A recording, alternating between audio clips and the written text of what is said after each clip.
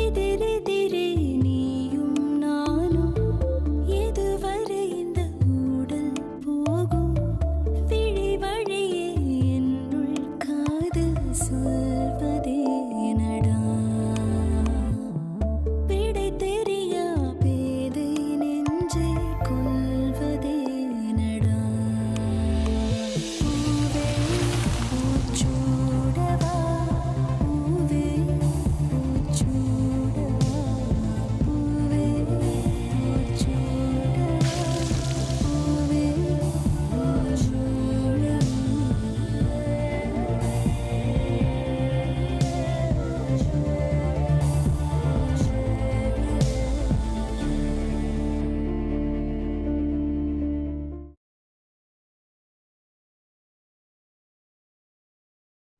கோதாவரி கோதாவரி என்ன தர கோதாவரி கோதாவரி கோதாவரி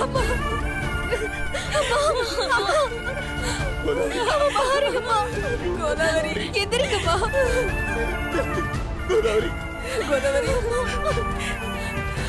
கோதாவரி கோதாவரி அம்மா எழுந்துருமா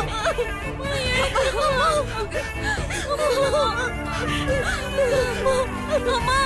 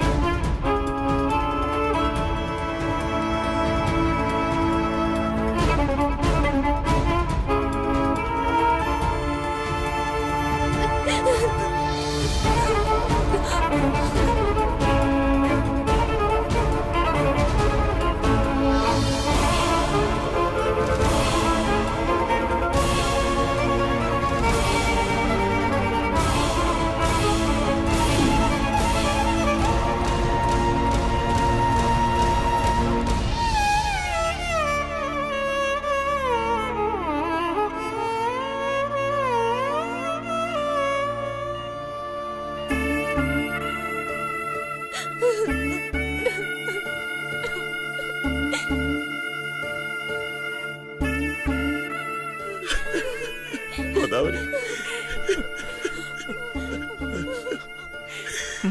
என்னமாச்சு? சித்தி எப்படி இருக்காங்க? சீரியஸா இருக்கான்னு சொல்லிருக்காங்கடா.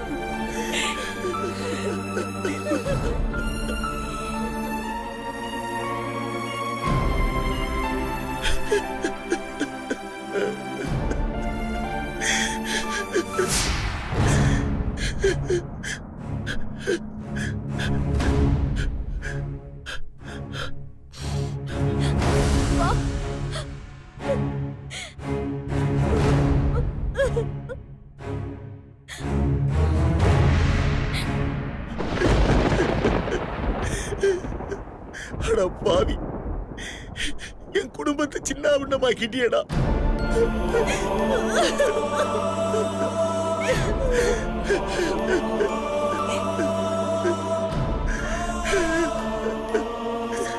நாங்க என்னடா பாவம் பண்ணோம்? நாங்க பாட்டுக்கு நிம்மதியா வாழ்ந்துகிட்டு இருந்தவே தேவையில்லாத வேலையெல்லாம் செஞ்சு ஏண்டா எங்க வாழ்க்கையை இப்படி பாழாக்கிட்ட?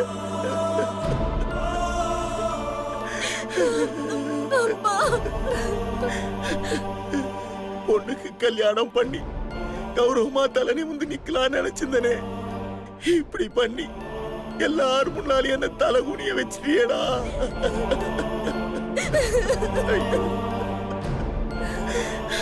இப்ப மானம் போச்சே.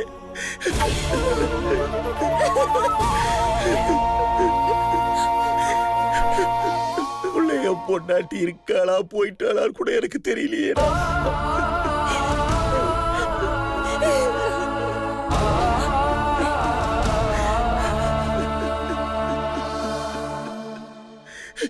எல்லாத்துக்கும் காரணம் நீதான். எல்லாத்துக்கும் காரணம் நீதானே. நான் சும்மா அடிச்சு கொன்னுறேன்டா.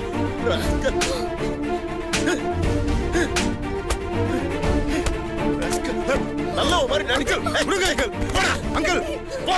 சொன்னா கேளுங்க அங்கிள். விடுங்க. விடுங்க அங்கிள். உங்க கோவம் நியாயமானதான். அதுக்காக என் தம்பியை போட்டு அடிப்பீங்களா? அடிக்காம என்னடா பண்ற? அங்கிள் விடுங்க அங்கிள். அங்கிள் அங்கிள் விடுங்க. அங்கிள் விடுங்க அங்கிள்.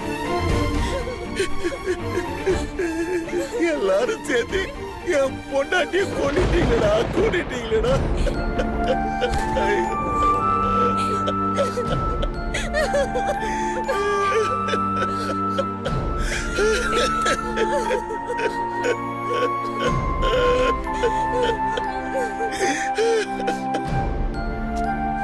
ஏய், விட்றா. டேய் இருடா.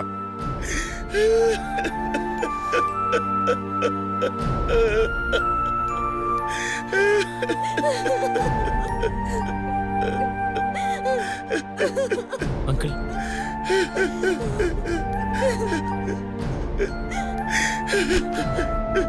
நீதான் நல்லது செய்ய வந்தவனா? இதுதானே எனக்கு செஞ்ச நல்லதாடா?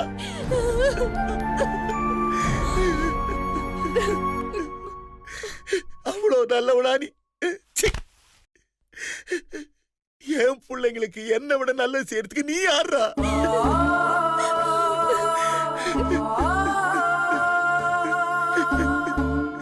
பொண்ணு பிடிக்கல அது இது ஏதாவது ஒரு காரணத்தை சொல்லி கல்யாணத்தை நிறுத்திட்டு போயிருக்கலாமே. இவ்வளவு அசிங்கம் எனக்கு வந்திருக்காது. அங்கிள் உங்க குடும்பமானம் போயிடக்கூடாதுன்னு தான் நான் அப்படி எல்லாம் செஞ்சேன். போயிடுச்சு, எல்லாம் போயிடுச்சு. குடும்பமான சுத்தமா போயிடுச்சா? ஐயோ.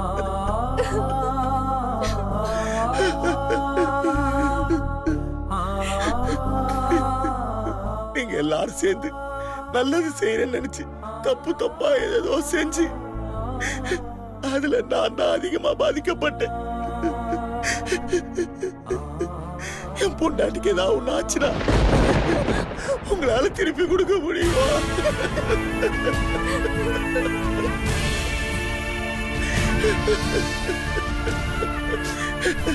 பாவாம என்ன கட்டின நாள்ல இருந்து இந்த குடும்பத்தை பாத்துக்கிறதுக்காக ஓடி ஓடி ஆயுசுல பாதிய கழிச்சிட்டான். இது வரைக்கும் அவளுக்கு நான் எதுவுமே செய்யல.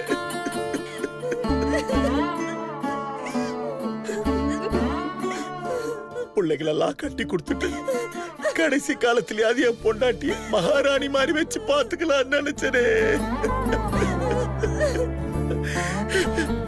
இப்ப எல்லாமே இல்லாம போயிடும் போல இருக்கு.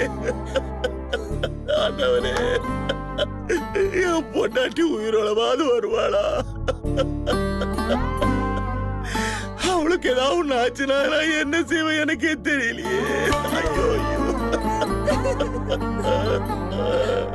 கோதாவரி. நர்ஸ் டாக்டர் அந்த இன்ஜெக்ஷன் எடுங்க. Okay doctor.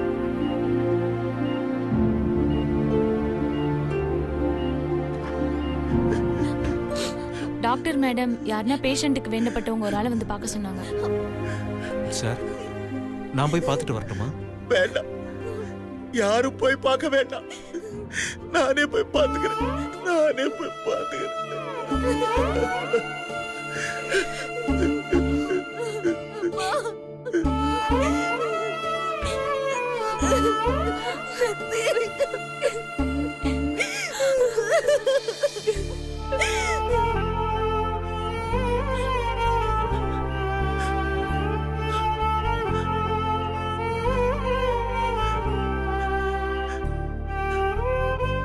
இதுக்கு முன்னாடி எப்போ அட்டாக் வந்தது? அட்டாக்கா? அப்படி எதுவும் வரலையே டாக்டர். இல்ல அட்டாக் வந்திருக்கு. மெடிசன்லாம் மெயின்டைன் பண்ணிருக்காங்க.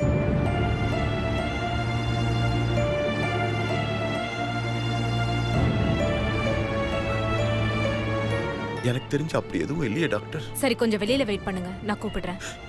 எப்படி இருக்கா டாக்டர்? கிரிட்டிக்கல் கண்டிஷன் தான். கொஞ்சம் வெளியில இருங்க, ட்ரீட்மெண்ட் ஸ்டார்ட் பண்ணணும்.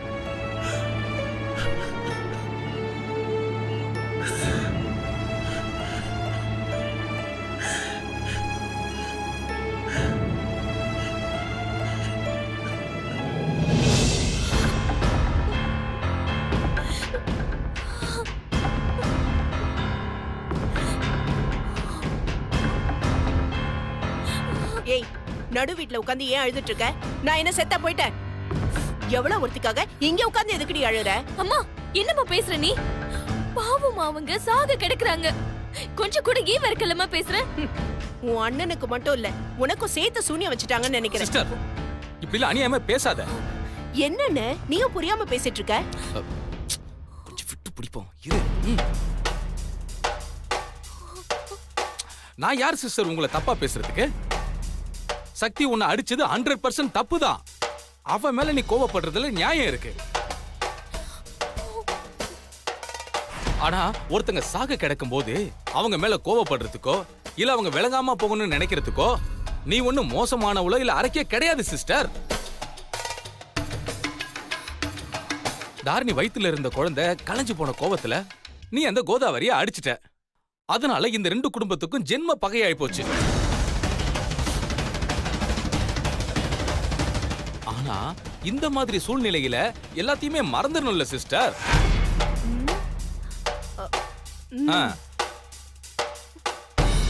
நியாயமா பார்த்தா நீ தான் அவங்கள ஹாஸ்பிட்டல்ல போய் பார்க்கணும். சரி நீ போக மாட்ட, அட்லீஸ்ட் தாரணியா தான் அனுப்பலாம்ல. நீ வலுக்கட்டாயமா தாரணி இங்க கூட்டிட்டு வந்தது ரொம்ப பெரிய தப்பு சிஸ்டர். தாரணி நீ போமா, நீ போய் அவங்கள பார்த்து ஆறுதல் சொல்லிட்டு வா போ.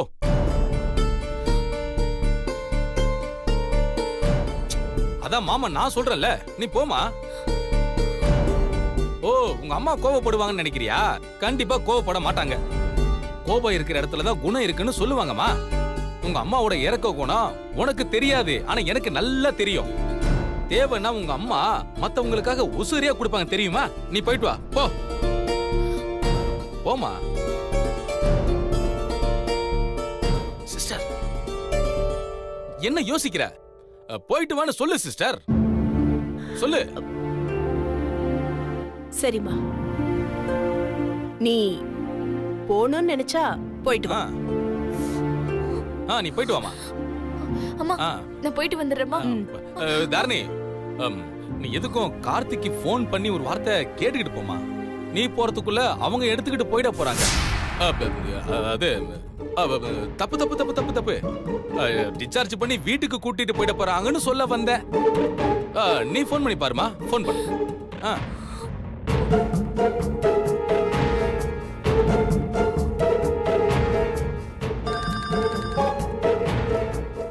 சொல்லு தாரணி.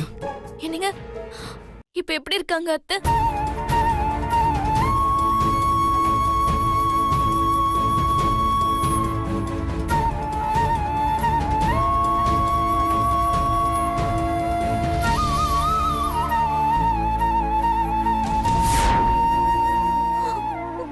சரி நீங்க போன் வைங்க, நான் உடனே கிளம்பி வரேன். பார்த்து ஜாக்கிரதையா மாமா. என்னம்மா என்னாச்சு? இப்ப எப்படி இருக்காங்களா? ஒண்ணு பிரச்சனை இல்லல்ல? கிரிட்டிக்கல் கண்டிஷன்ல தான் மாமா இருக்காங்களா. டாக்டர் எது வேணும்னாலும் நடக்கலாம்னு சொல்லிருக்காங்களா. கடவுளே, ஒரு குடும்பத்துக்கு எவ்வளவு கஷ்டத்தை தான் நீ கொடுப்ப. பாவம், பொண்ணு கல்யாணம் நின்னு போன அதிர்ச்சியை அவங்க இதயம் தாங்கல. சரிம்மா, நீ உடனே கிளம்பி போய் அவங்களுக்கு ஆறுதல் சொல்லிட்டு வாமா. நீ போமா, போயிட்டு வந்துடுறேம்மா. சரி போயிட்டு வாமா. பாத்துமா, ஜாக்கிரதை. என்னென்ன திடீர்னு பிளேட்டை மாத்தி போட்டுட்ட? ஐயோ சிஸ்டர், நான் அப்படி பேசுனதுக்கு 2 காரணம் இருக்கு. ஒண்ணு, கோதாவரி இருக்காளா போயிட்டாளான்னு தெரிஞ்சுக்கிறதுக்காக நான் போன் பண்ண சொன்னேன். 2, எல்லாத்தையும் விட ரொம்ப முக்கியமானது, உன்னுடைய ஒரிஜினல் கேரக்டர் என்னங்கிறது கூட பிறந்த எனக்கு நல்லா தெரியும். ஆனா அது உன் பையனுங்களுக்கோ பொண்ணுக்கோ தெரியவே கூடாது இல்லையா? உன்னோட ரிவெஞ்ச், கோவம், டென்ஷன் இது எல்லாத்தையும் டைரக்டா அவங்க மேல நீ காமிச்சன்னா பாவம் அவங்க தாங்க மாட்டாங்க. உன்னை வில்லியாக்கி உன்னையே விரோதி ஆக்கிடுவாங்க. அப்புறம் இந்த ஜென்மம் முழுக்க உன் பையனோ இல்ல உன் பொண்ணோ உன் பேச்ச கேட்கவே மாட்டாங்க, உன்னை மதிக்கவும் மாட்டாங்க. இப்ப பாத்தியா, எங்க அம்மா ரொம்ப தங்கமானவனும் உன் பொண்ணு நினைச்சுக்கிட்டு போறா. நாம எதிரிய ஆற போட்டு தான் அடிக்கணும். பதிலுக்கு பதில் உடனுக்கு உடனே நம்ம ஏதாவது செஞ்சா உன்னோட இமேஜ் டேமேஜ் ஆயிடும். அவங்கெல்லாம் ரொம்ப நல்லவங்களாயிடுவாங்க. அம்மா என்ன இவ்வளவு மோசமானவங்களா இருக்காங்கன்னு உன் பசங்களே உன்னை மதிக்க மாட்டாங்க. இப்ப கோதாவரி இருக்கால இல்ல செத்துட்டாலும் நமக்கு தெரியாது. சப்போஸ் கோதாவரி செத்து போயிருந்தானா ஏற்கனவே மீனாட்சி மேல பைத்தியமா இருந்த சுந்தருக்கு பாசம் இன்னும் ரொம்ப அதிகமாயிடும்.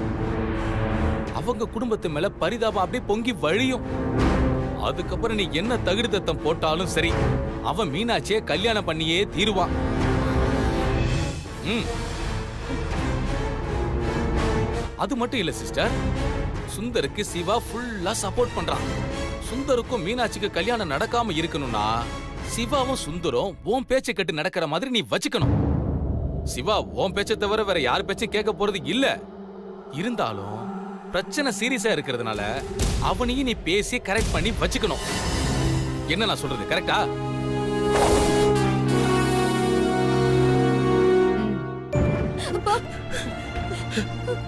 ஏங்க கோதாவரிக்கு இப்ப எப்படி இருக்கு?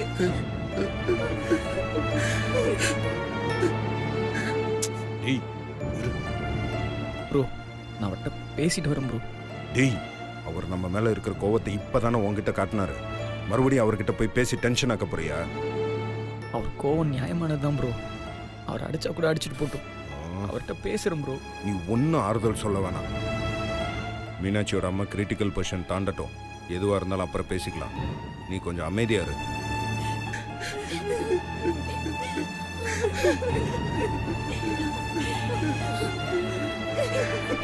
தர்ணி, அப்பா கூப்பிடாத.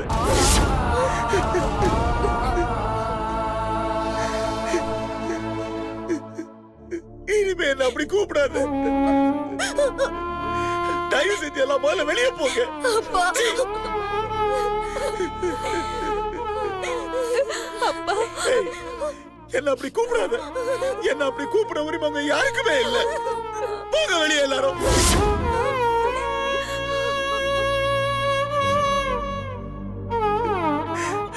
நான் உங்க மேல எல்லாம் வச்சிருந்த நம்பிக்கையை கொண்டுட்டீங்களே. அப்பா ப்ளீஸ் பா. உங்க அம்மா இல்ல, என் பொண்டாட்டிய வேற கொல்ல பாத்தீங்களே.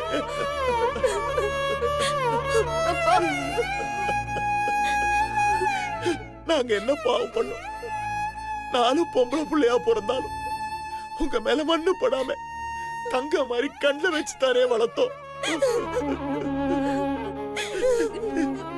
நீங்க கஷ்டப்படக்கூடாது. எங்க சக்திக்கு மீறி நீங்க கேக்குறதுக்கு முன்னாடி எல்லாத்தையும் வாங்கி கொடுத்து வளர்த்தமே.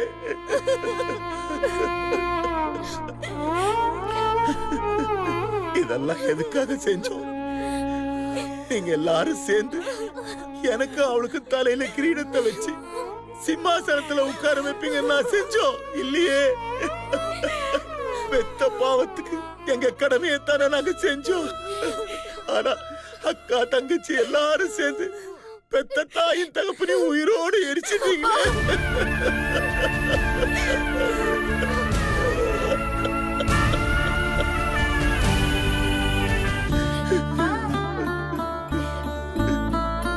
இப்ப என் பொண்டாட்டி இருக்காளா இல்லையான்னு கூட எனக்கு தெரியல. அவளுக்கு மட்டும் ஏதாவது ஒண்ணு ஆச்சுன்னா கண்டிப்பா நான் உயிரோடவே இருக்க மாட்டேன். என் பொண்டாட்டி நான் காப்பாத்திக்கிறேன். நீங்க யாரும் என் கண்ணுல கூட படக்கூடாது. போயிடுங்க, எங்கேயாவது கண் காணாத இடத்துக்கு போயிடுங்க. போயிடுங்க.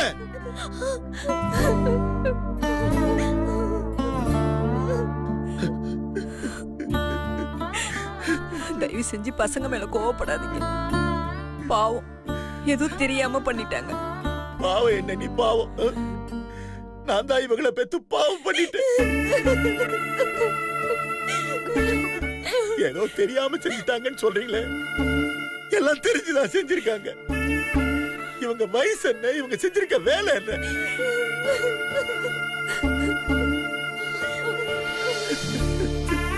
நம்மள மோசம் பண்ணிட்டாங்க, நீ மோசம் பண்ணிட்டாங்க. இவளுக்கு எதுவும் தெரியாதுன்னு நினைச்சேன். பாவம் வெள்ளந்தி, நாளைக்கு பொழைச்சுக்குவாளோ பொழைச்சுக்க மாட்டாளோ சூதுவாது தெரியாதவன் நினைச்சேன். ஆனா இவ என்ன மாதிரி வேலை எல்லாம் செஞ்சிருக்கா பாத்தீங்கல்ல.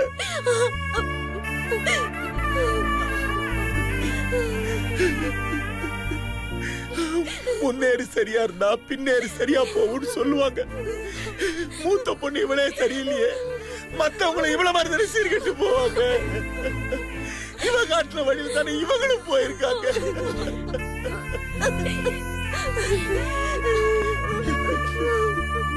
ரெண்டாவது ஏதோ நல்லா படிக்குது, தைரியமான பொண்ணு, கௌரவமான பொண்ணு, நேர்மையான பொண்ணு, குடும்பத்து மேல அக்கறையான பொண்ணுன்னு நினைச்சுக்கிட்டு இருந்தேன்.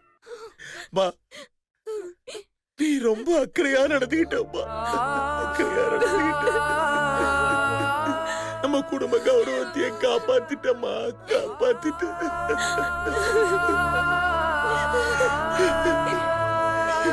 இதோ இவ இருக்காளே, படிக்கிற வயசுல எப்படிலாம் அப்பா அம்மாவும் மோசம் பண்ணலான்னு கத்து வச்சிருக்கா. இவ என்னமா நாடகம் ஆடி இருக்கா.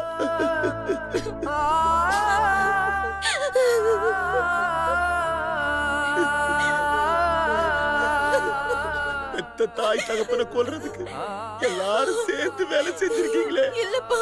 உங்களுக்கு எல்லாம் பால் ஊத்தி வளர்த்தனே, எல்லாம் விஷங்க. நீங்க செஞ்ச துரோகத்துக்கு என் உயிரை அங்கேயே போயிருக்கணும். இந்த மாதிரி பிள்ளைங்க எனக்கு வேண்டவே வேண்டாம். தயவு செஞ்சு போயிடுங்க, என் கண்ணு முன்னாடி போயிடுங்க.